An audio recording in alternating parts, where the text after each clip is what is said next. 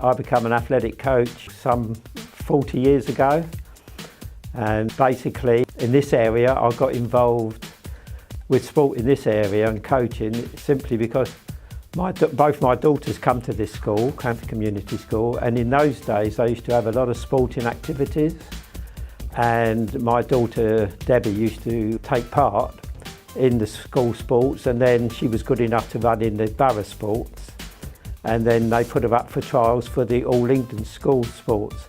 And so basically I got involved because she showed a lot of promise, that I wanted to get more children in this school involved so I could build up a group, if you like, of young budding athletes in this area.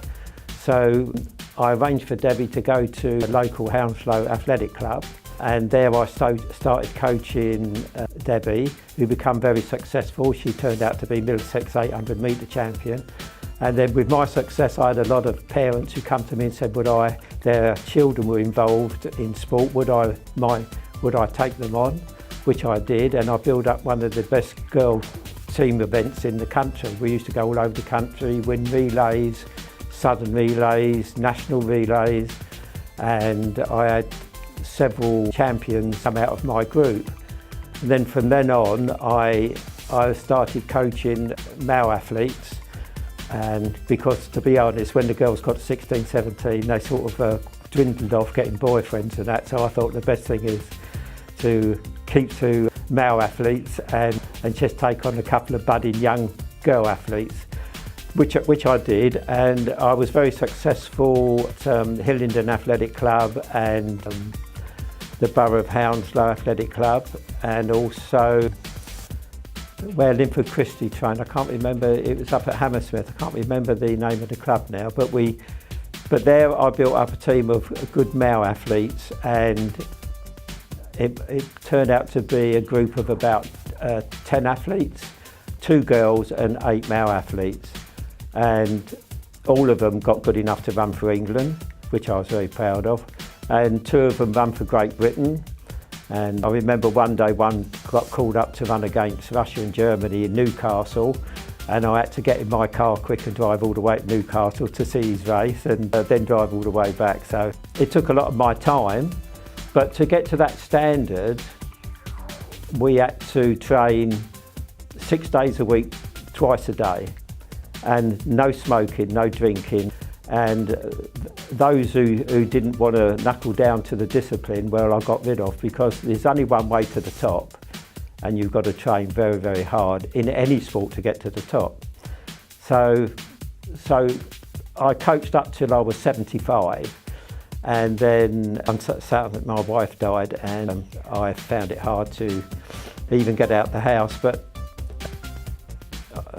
my daughter introduced me to a lady who had just purchased a dog, and she said that she'd come and pick me up and we'd do dog walks, and that got me out in the fresh air again, and I began to feel that I could get back into some sort of running. And then the community here started these walking clubs and Beat the Street, and I started joining in there, and so basically I was back in action, being out in the fresh air, walking in the parks, and now I've purchased a dog, and I go out every day with the dog, and I'm gradually getting fitter. My doctors say that my illnesses are improving, my diabetes is improved with all the exercise and eating properly, and I'm coming up to 80 now, but I don't feel 80, I still feel with all the exercise I'm getting done, you know, I'm really enjoying my life again. And all my athletes still keep in touch with me. They're all married and got children, and they're encouraging their children into sport as well. Some are tennis players, footballers, swimmers, and also some like to do a bit of running, I'm glad to say. But that's what I'd like to encourage in this area.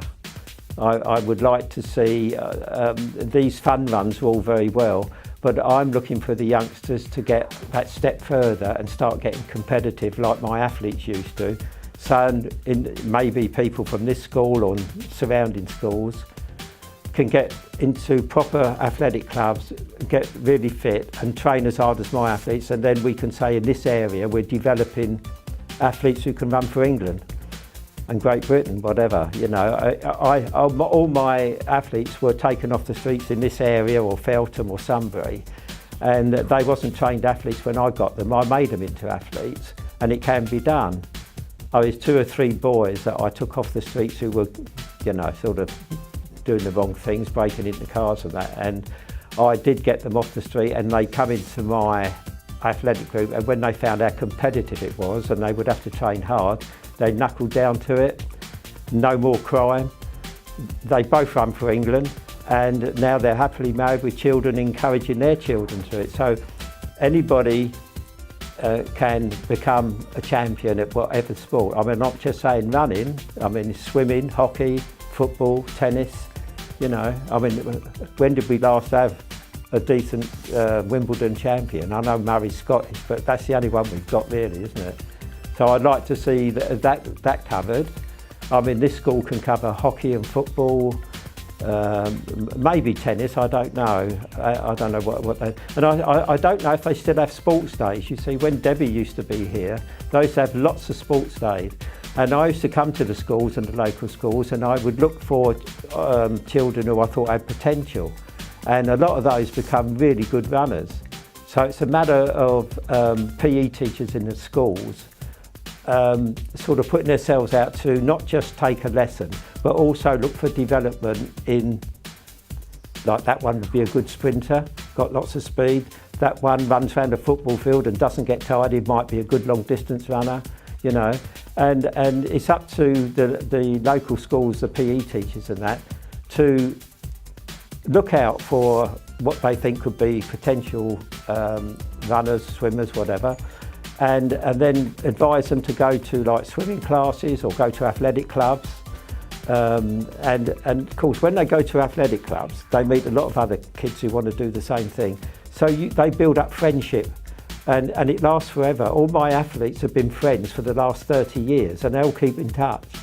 And it not only did they do well at sport, but they had friendships. They went to each other when they got married. They went to their weddings. They went to the christenings, and it goes on. And they're now developing their kids. And they all say to me, I got a text yesterday from saying, like Richard Ash is at Brunel University. He was one of my best athletes. He's now running Brunel University Sports Centre. And he texted me yesterday saying, I'm now coaching a group of my athletes, and they're doing particularly well, but I've only given them the training you gave me, so it's all down to you. And so it does carry on, and the people you coach do pass it on to their children, and that's what I like about sport. Is you usually find that the parents pass these sort of things on to their children, and you know, basically they all still run as well. They all do like a 5-mile run of a morning before they go to work. They encourage their children to run or swim. And one in particular I'm really proud of is she's only young, but she's doing really well at tennis. And I thought, well, that's a different sport, but I do enjoy tennis.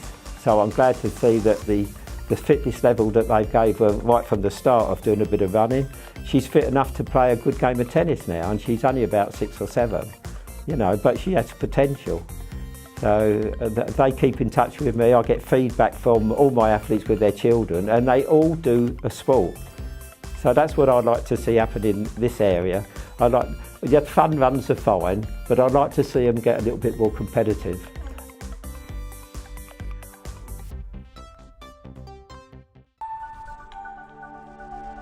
Support creative diversity by connecting with us on our social media.